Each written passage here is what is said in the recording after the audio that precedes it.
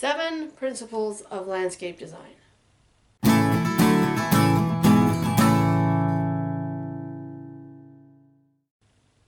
Hey, this is Rama from Creations Landscape Designs and the Your Landscapes blog. I make videos about drought-tolerant plants, California native plants, sustainability around California, and anything and everything in between. So if you'd like to get more of that content in your feed, then hit the red subscribe button. I'm also a residential landscape designer, so if you do need landscape design services, I will have a link to my business website in the description of the video down below. So there's many principles that landscape designers follow when designing landscapes, and I'm going to share with you today 7 of them. The first is balance. And with balance, there's 2 types. There's symmetrical and asymmetrical. Now, symmetrical balance refers to having symmetry within the landscape. So let's say, for example, you've got a path. And the plants that you're using on either side of the path are similar or the same. It adds symmetry within the landscape. It helps form the landscape. Now, the second is asymmetrical.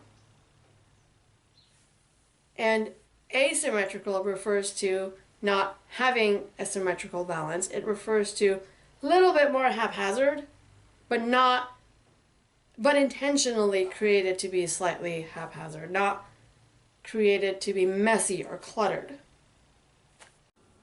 So as you can see in this image of a front yard, there's balance on either side of the path.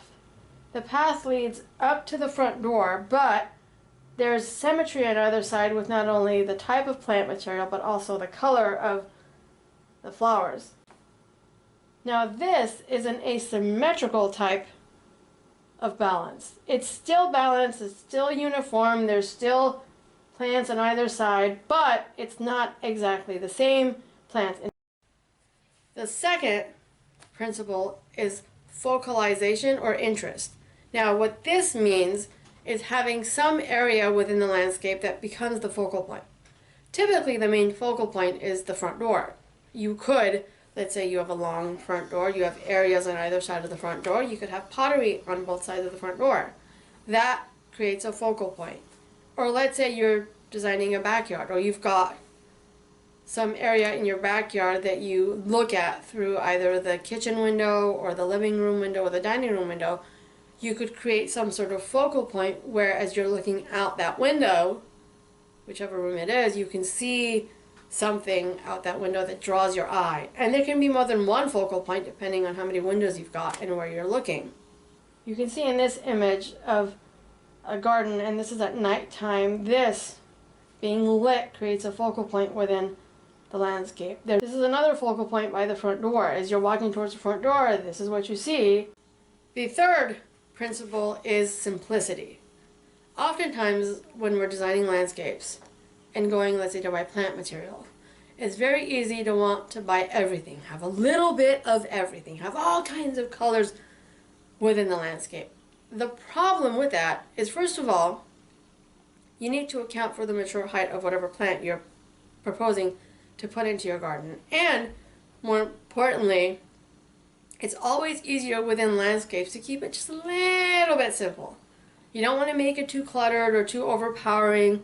You don't need 90 different varieties of plants. You can probably go with a good 5 to 10 and repeat them in mass and create a beautiful, stunning landscape. And the point of simplicity is to just not overdo it. In this case, with simplicity, there isn't a lot of plants happening in this landscape. There's a dry creek bed to the left of the image, but the plant selection is kept very minimal. The space is small, and we didn't want to crowd it with a lot of plant varieties that would then create clutter. The third principle of landscape design is repetition. What that means is repeating in mass. So when we do design landscapes, when I put plants on paper or even placing plants, it's always best visually to place them and plant them in odd numbers.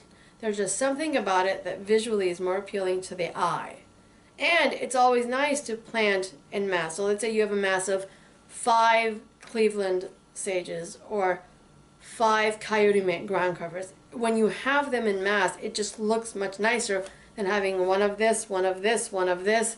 It visually looks more appealing. in this image, as you can see, there's repetition. Plants in mass, as in the pink plant in the background, is planted in mass, and there's a lot of it, and it creates a perfect repetition. With the yellow in front, it just creates different textures, different heights, and it's always best to repeat plants within the landscape. The fifth principle of landscape design is proportion.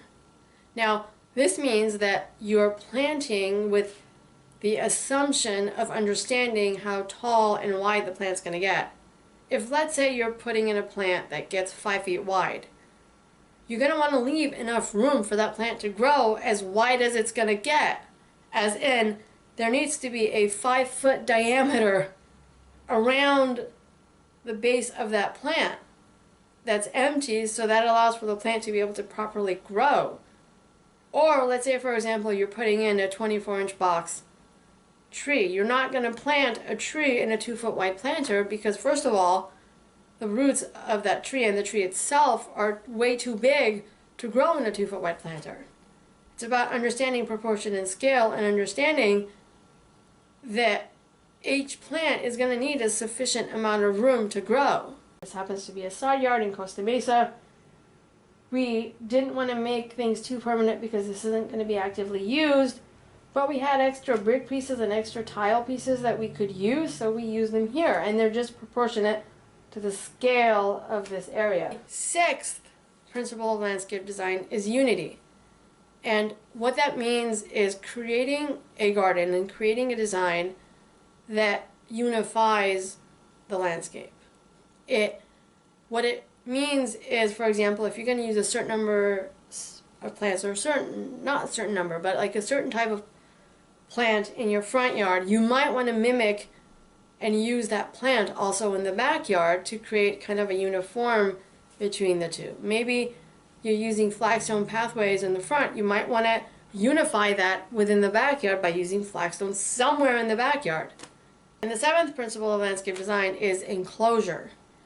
Now, this means that within the garden, if you have the room and if you have the space, to create some sort of enclosed space. A little secret seating area that the parents go to with a glass of wine once the kids have gone to bed. Just a little hidden gem area within the landscape that you can relax in, maybe do a little yoga if there's enough room,